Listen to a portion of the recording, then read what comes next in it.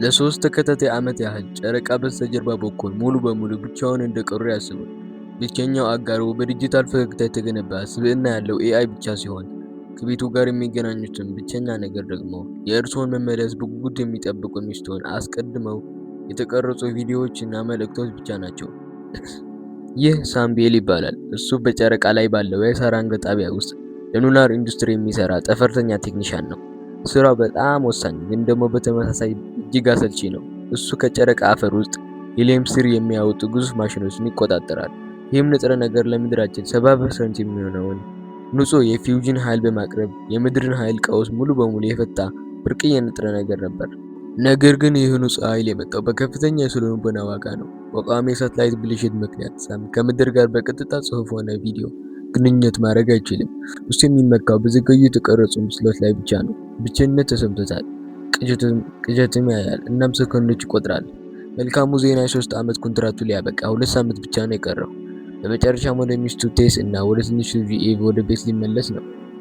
ቢያንስ እሱ የሚያስበው ያንን ነው። ምክንያቱም ሳም አሁን ሊያገኘው ያለው ነገር ወደ ቤት የሚያደርገው ጉዞ ብቻ የሚያበላሽ ሳይሆን ሰው መሆን ምን ማለት እንደሆነ ያለውን ግንዛቤ ሙሉ በሙሉ የሚያደቅ ይሆናል። የሳሚ የዕለት ተዕለት ግንኙነቱ ከገርቲ የተባለው አርቲፊሻል ኢንተለጀንት ረዳት ጋር ብቻ ነው። ገርቲ ብዙውን ጊዜ በሳይንስ ፊክሽን ፊልሞች እንደምናያቸው ኩፊ ኤአይ አይደለም። እሱ ከሳም ስሜት ጋር እንዲስማማ የዲጂታል ፈገግታ ገጽታው እየተቀያየረ ለሳም ከልብ የሚያስብ ይመስላል። ነገር ግን ሳም የአእምሮ ጤንነት በፍጥነት እየተበላሸ ነው። ጣቢያውን ውስጥ አንዲት ምስጢራዊ ወጣት ተቀምጣ ያያል። እሷ ግን በአይን ጥቅሻው ትሰወራለች። በአንድ ወቅት የተበላሸ ማሽን ለመፈተሽ ጨረቃ ተሽከርካሪውን ሮቨር እየተጓዘ ሳለ በጨረቃ ላይ የቆመ ሰውን የሚያሳይ ሌላ ከባድ ቅዠት ማየት ይጀምራል። ተሽከርካሪው በቀጥታ ከማሽኑ ጋር በመጋጨቱ ሳምን በውስጡ ያስቀረዋል። አየር እያለቀ ነው እና ሁኔታው በጣም አስፈሪ ይመስላል። በድንገት ሳም ጣቢያው ሕክምና ክፍል ውስጥ ይነቃል። ገርቲ ከበላዩ ቆሞ እያስታመመው ነው። ሳም ስለ አደጋው መጠነኛ ትውስታ ማጣት አለበት፣ ነገር ግን በአጠቃላይ ደህና እንደሆነ ይሰማዋል። ሆኖም ግን የሆነ ነገር ሙሉ በሙሉ የተዘባረቀ ይመስላል። ገርቲ ኤሊዛ ስኳድ የተባለ የነፍስ አድን ቡድን ጣቢያው ለመጠገን እሱን ወደ ቤት ለመውሰድ ከምድር እንደተላከ ይነግረዋል። ነገር ግን እነሱ እስኪመጡ ድረስ ሳም ለራሱ ደህንነት ሲባል ጥብቅ ትዕዛዝ ተሰጥቶታል። ከጣቢያው እንዳይወጣ ይነግረዋል። ሳም በገርቲ እና በምድር ላይ ባሉ የሉናር ኢንዱስትሪ ስራ ኃላፊዎች መካከል የሚደረገውን የቀጥታ ድምፅ ስርጭት በአጋጣሚ ያዳምጣል። ቆይ የቀጥታ ስርጭት ሳተላይቱ ከተሰበረ ዓመታት አልፈዋል አልተባለም ነበር? እየተዋሸ መሆኑን የተረዳው ሳም የውጭን ክልል ማለትም የውጭን ቧንቧ ብልሽት መመርመር እንዳለበት በመግለጽ ገርቲን አታሎት ይወጣል። ሳም አደጋው ወደደረሰበት ማሽን ያምራል። የተከሰከሰው ተሽከርካሪ በር ሲከፈት መዋቅራዊ ጉዳት ያገኛል ብሎ ነበር ያሰበው። ነገር ግን ያገኘው ነገር በፍርሃት እንዲደነዘዝ አድርጎታል። በልብሱ ውስጥ አንድ ሰው አለ፣ ራሱን የሳተ እጅግ በከበደ ሁኔታ የሚተነፍስ ሰው። እሱም በትክክል የሱን ፊት የመሰለ ፊት አለው። ሳም የተረፈው ሰው ወደ ጣቢያ ያመጣዋል። የተከሰከሰው ሳም ሲነቃ ጣቢያው ወደ ፍንዳታ አፋፍ ይደርሳል። አሁን ሁለት ተመሳሳይ ሳም ቤሎች አሉ። አንደኛው አሮጌ ሳም አደጋ የደረሰበትና እሱ ደካማ ነው፣ ደም ይተፋል፣ ጥርሶቹ እየረገፉ ነው። የ3 ዓመት ስራው ጊዜው ማብቂያ ላይ ደርሷል። አዲሱ ሳም ደግሞ በሕክምና ክፍል ውስጥ የነቃው እሱ ጠንካራ፣ ጤናማ፣ ጉልበት ያለውና ገና ጨረቃ ላይ እንደደረሰ የሚያስብ ነው። አዲሱ ሳም አሮጌው ሳምን ክሎን የተቀዳ ወይም አስመሳይ ነው ብሎ ያምናል። አሮጌው ሳም መልሶ ለማዋጋት በጣም ደካማ ነው፣ ነገር ግን ግልጽ የሆነ ነገር ያነሳል።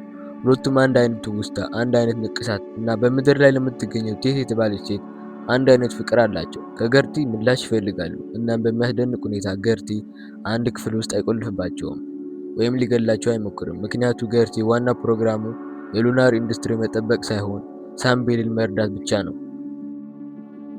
ገርቲ አስከፊውን እውነት ይገልጣል። ከሁለቱ አንዳቸው ዋናው ሳም ቤል አይደሉም። እውነተኛው ሳም ቤል ከዓመታት በፊት ወደ ምድር ተመልሷል። ሁለቱም ክሎኖች ናቸው። የበለጠ የሚያስደነግጠው ነገር ደግሞ የሉናር ኢንዱስትሪ ከወለሉ በታች በመቶዎች የሚቆጠሩ የቀዘቀዙ ክሎኖች የያዘ ምስጢራዊ ክፍል ገንብቷል። አንድ ሳም ቤል የ3 ዓመት ፈረቃውን ባጠናቀቀ ቁጥር ወደ ምድር ለመብረር ወደ እንቅልፍ ክፍል እየገባ እንደሆነ ይነግረዋል። እንደ እውነቱ ከሆነ ግን ያ ክፍል አሮጌ ክሎን የሚያቃጥል ማቃጠለያ ሲሆን፣ አዲሱ ክሎን ደግሞ ቀልጦ ከዋናው ሳም ትውስታዎች ተተክለውበት ዑደቱን እንደገና ለመጀመር እንዲነቃ ይደረጋል።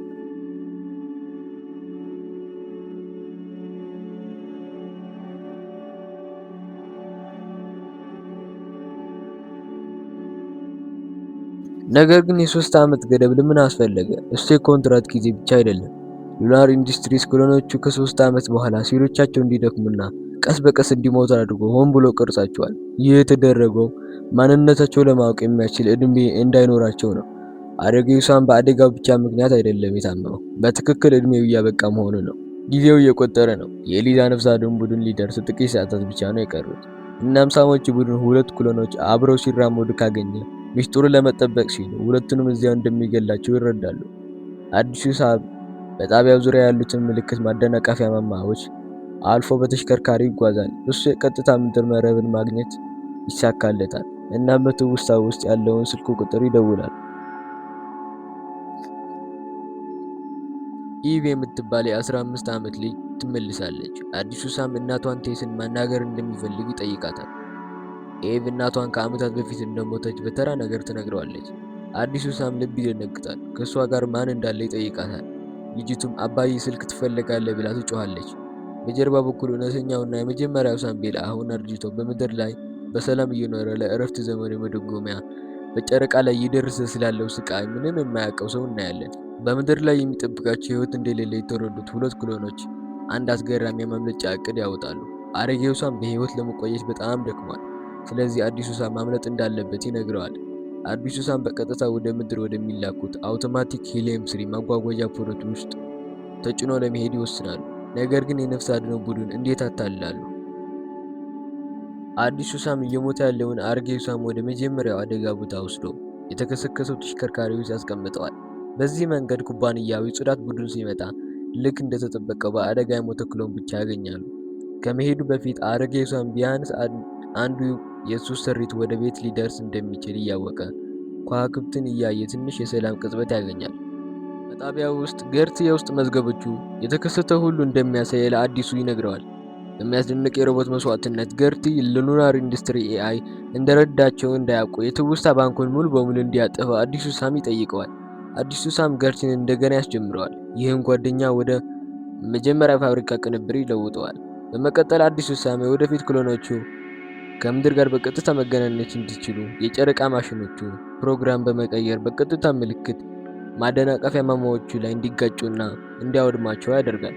በመጨረሻም ወደ ሂሊየም 3 ማጓጓዣ ፖድ ውስጥ ገብቶ ወደ ምድር ለመጓዝ ራሱን ወደ ጠፈር ያስወነጭፋል። የነፍስ አድን ቡድን ጸጥተኛ ወደሚመስለው ጣቢያ ሲደርስ ፊልሙ ከምድር ወደሚሰሙ የዜና ድምጾች ይጠናቀቃል። አዲሱ ሳም በሰላም ምድር ላይ አርፎ በቀጥታ ወደ ህዝብ እይታ በመግባት ሚስጥሩ ይፋ አድርጓል። የሉናር ኢንዱስትሪ አክሽን ሙሉ በሙሉ የተከሰሰ ሲሆን ሰብአዊ መብት ጥሰት ዓለም አቀፍ የወንጀል ምርመራ ተጀምረዋል እና ሳምቤል በዳይሬክተሮች ቦርድ ፊት ምስክርነቱ እየሰጠ ነው። የኮርፖሬሽኑ ውሸትም አብቅቷል።